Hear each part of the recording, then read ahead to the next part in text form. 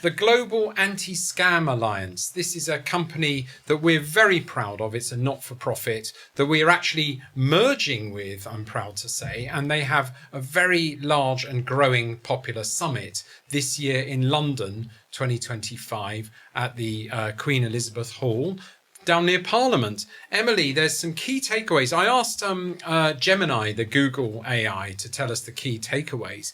What would you think? Because it's pretty there. International cooperation is an imperative. Urgent requirement for an enhanced global collaboration amongst governments, and saying the launch of the Global Signal Exchange platform, which we manage, signifies a commitment to improved cross-border data sharing to track and disrupt scam operations effectively. That's point one. The next, they're talking about a victim-centric approach, thinking about humans and people.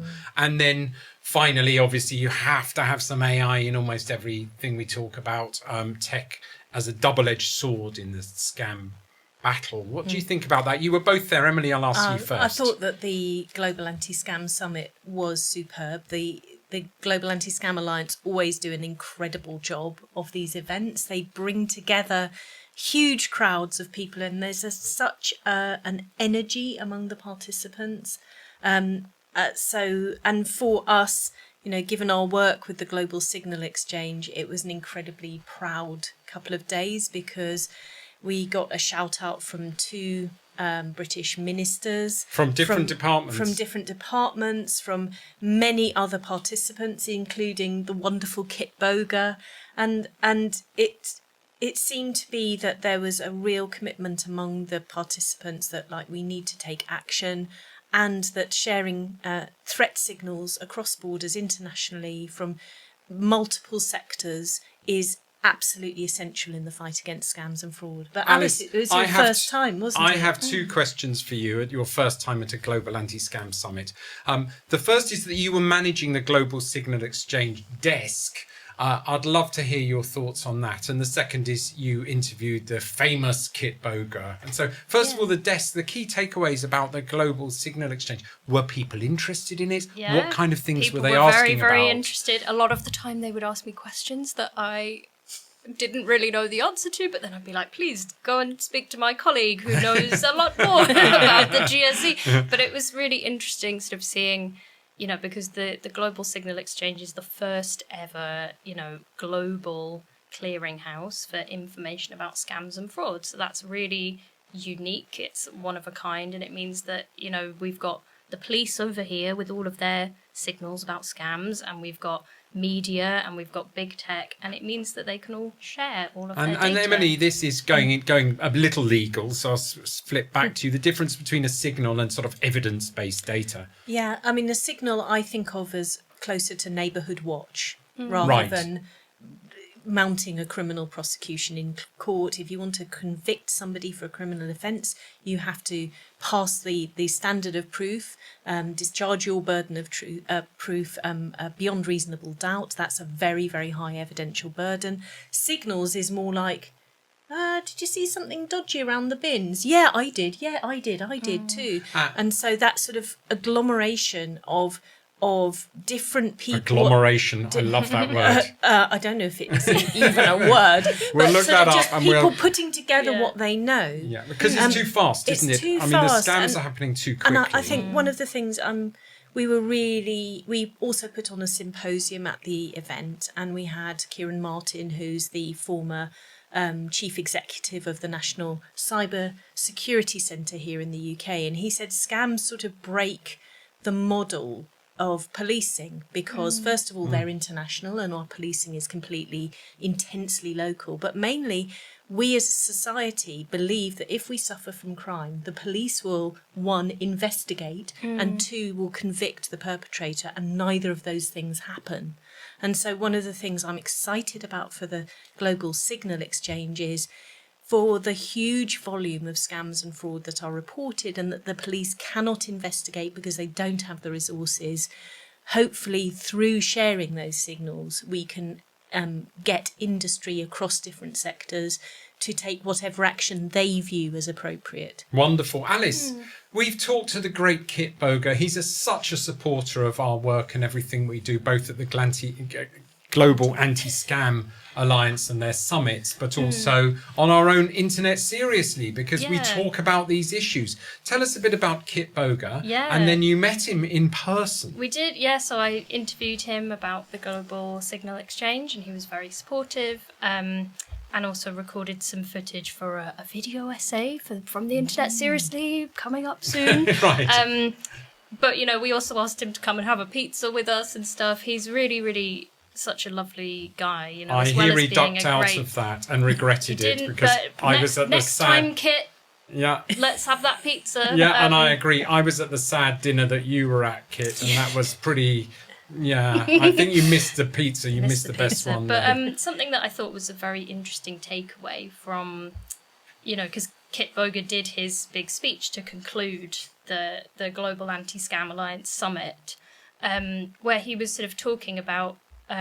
firstly, it was hilarious because he had his kind of the maze where they send scammers to be scammed. So they now, send sorry, them to have... this is where where the internet sort of presents you with like a picture and pick all the cars in the picture and things like that. He'll be like, so scammer, you've done your scam. Now collect your money. Your money from the Bitcoin wallet. Here's the wallet, but just to sign up, we need you to complete some captures to prove that you're a human, and the captures are increasingly endless. Well, it's like, which is the coolest race car? And, you know, which... Draw a rat. Draw a rat. Yeah, and it's just absolutely... Here is Alice. Here's a bit of footage of you with the great Kit himself without his dark glasses on there in front of the Global Signal Exchange. Yeah. What you're seeing if you're on a podcast is actually the great Kit himself out of disguise. So before we move on to our Tech Room 101, I did want to talk about the clip of the week. Alice, what is the clip of the week this week? So we can see the clip of the week, although I think because we were just looking at Kit Boga, we might need a few more moments. A few minutes. Oh.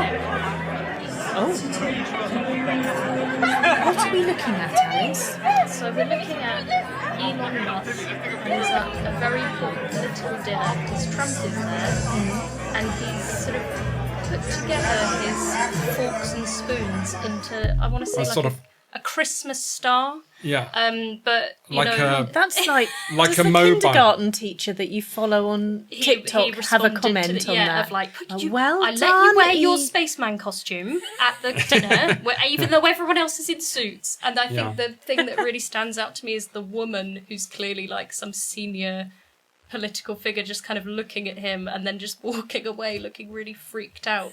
But I liked it because it kind of, to me, it's his sort of insecurity of like, I am an engineer. I'm going to engineer these forks together and present them to the world, and as an actual everyone genius. Just thinks he's a sad loser. Well, I don't know. He's there to disrupt. He's there to upset. He's there to break up the old order, the collegiate political club. And, you know, I can feel that myself. And what better way of doing it than to build fork and knife mobiles? I think that's a very beautiful way of showing disruption. It doesn't mean you're not interrupting anybody or being rude. You're just in your own little world making a mobile out of your forks and spoons. This is fantastic. It's time for our guilty pleasure online. We've just done that. The Tech Room 101. Tech Room 101. We're going to redo that. I read the wrong bit. It's time for our Tech Room 101.